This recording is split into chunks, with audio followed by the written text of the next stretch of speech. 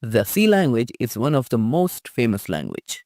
It was created by the Dennis Ritchie at the Bell Labs back in 1970s. It was the successor of the language B. Yep, now you know why it's called C and is a general purpose language.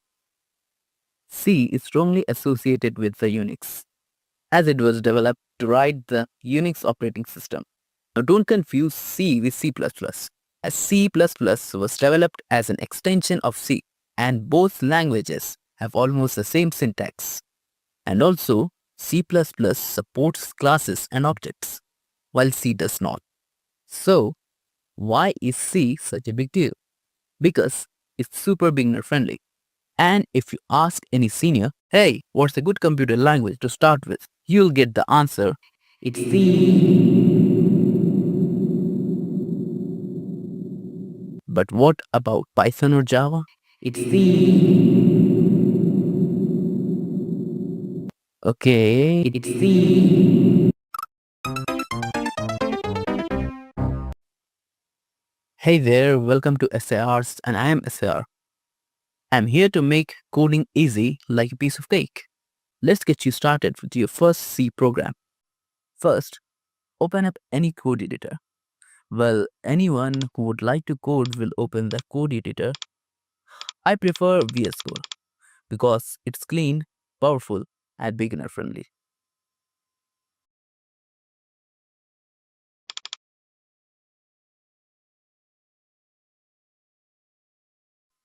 Now just create a folder. You can name it anything. And then a file.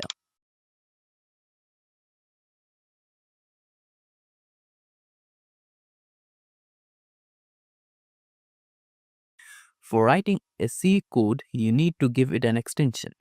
An extension is always written after the file name and followed by a period, then your file type extension. There are many kind of different extensions for different file types, like JPG, PNG for image files, and .mov and MP4 for video files. Here, for writing C code in it, we are using .c extension. Then hit enter and boom, you just create your first C file. Okay, now first you have to write some alien language. This first line is compulsory for every code you write in C. Imagine you are in library and there are lots of genres.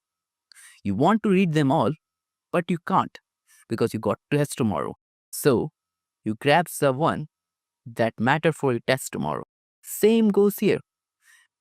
There are lots of genres or header files here in C. But to cover basics, let's start with stdio.h. This is the one which gives us access to input and output functions like printing stuff on screen.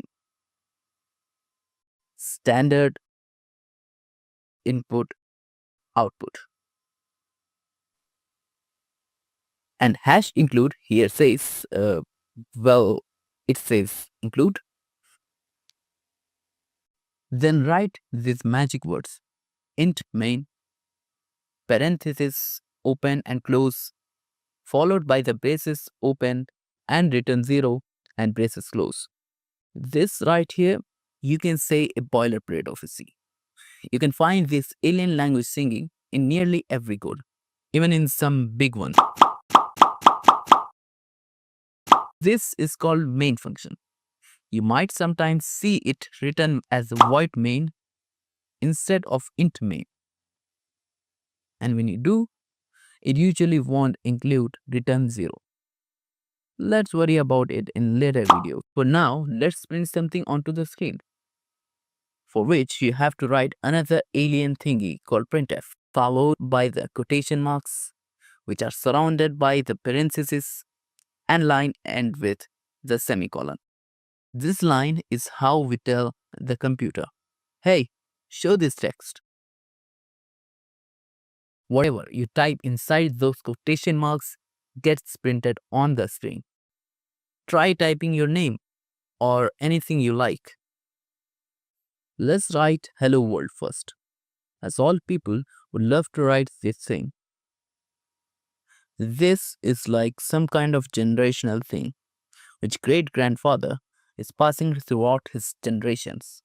This semicolon is written after every line of C code, like you use period in English every sentences you write.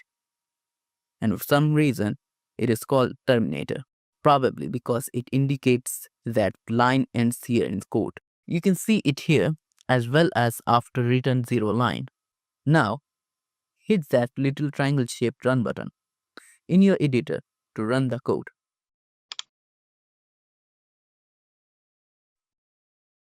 And boom, you will see Hello World on the screen. Instead of Hello World, you can write anything and simply execute it using triangle run button. That's all for today, folks.